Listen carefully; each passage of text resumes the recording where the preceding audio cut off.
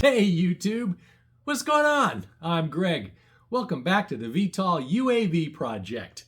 Just wanted to give you all a quick update about what I've been doing the last week. Been doing a lot of research and been doing a lot of shopping on Amazon. I've made a lot of design decisions and have really zeroed in on what our first aircraft is going to look like. It's going to be called the TB1, the Test Bed 1, and there'll be a set of design criteria and performance criteria that we'll want to get out of it. Primarily, I want to demonstrate the hovering mode and the transition to flight mode. And also I want to experiment with the manufacturing techniques, you might say. I've kind of selected foam. So one of the things I have done is I've built a foam cutter, a vertical wire foam cutter, and I'm in the process of building a bow foam cutter for the wings. So I wanted to kind of bring you up to speed on a lot of the design decisions I've made to this point, what equipment I've decided to procure. Last time I made the naive statement that I had a old FlySky radio, PCM radio that I was going to use. Well, that's not going to work at all. Of course, if you know a little bit about the new modern technology, I want to have a flight controller in the airplane, and one of those PCM receivers and transmitters will not work at all. So I have purchased a modern radio. This is a Radio Master TX16S. This one here is I think kind of the sweet spot in their offering. It's got a lot of the capability. It's got the open source transmitter standard, but it doesn't have all of the bling that some of the higher end radios has, but it's got all of the software and capability inside.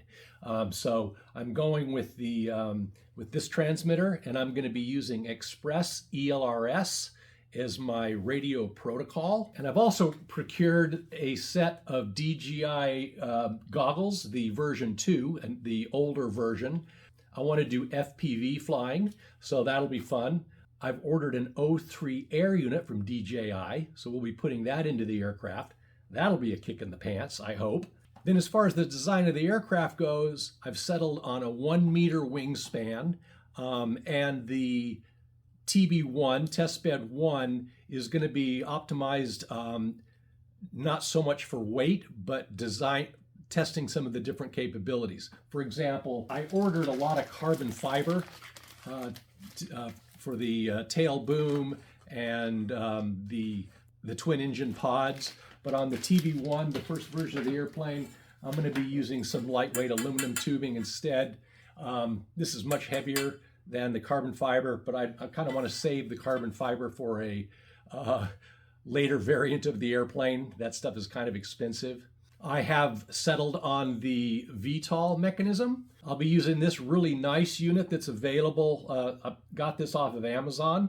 It's a servo and a couple of brackets.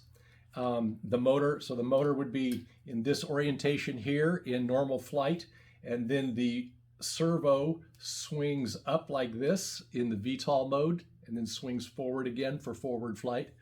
Eventually, I will create a bill of material of all of the parts and bits that I use. I have decided on the flight controller I'm going to use. I'm using a Speedy Bee. I've ordered that, but it hasn't arrived yet. It's coming in from China.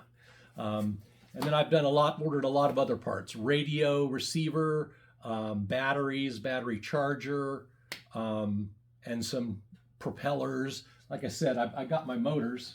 So I got these X-Ing motors here. I've settled on a 2207 2755 kV motor, which is very common for the 5-inch drones. That'll work really well, I hope, in this 1 meter wingspan size.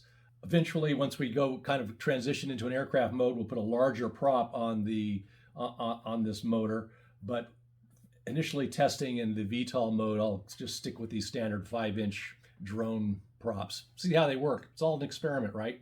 So before we go, I wanted to give you a really quick tour of my vertical foam cutter, but just very briefly. At this point, I pretty much covered everything I wanted to for this video, just to give you an update of where the design is heading.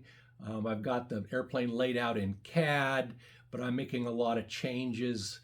So I didn't really want to show that yet, but I think next time we'll review the CAD model of the aircraft and begin construction of the fuselage. All right. This is just a quick video to show you what I've been up to. This is a vertical foam cutter that I made.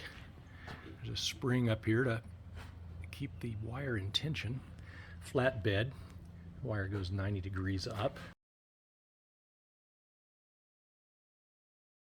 Okay, well that's it. That's kind of what I wanted to cover today. Just kind of give you a brief update on some of the things that I've purchased, the direction I'm heading, some of the main decisions I've made as far as the aerodynamics go, wing sides, and whatnot.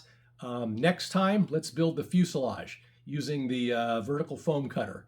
All right, until next time, I'm Greg, and this is the VTOL UAV Project.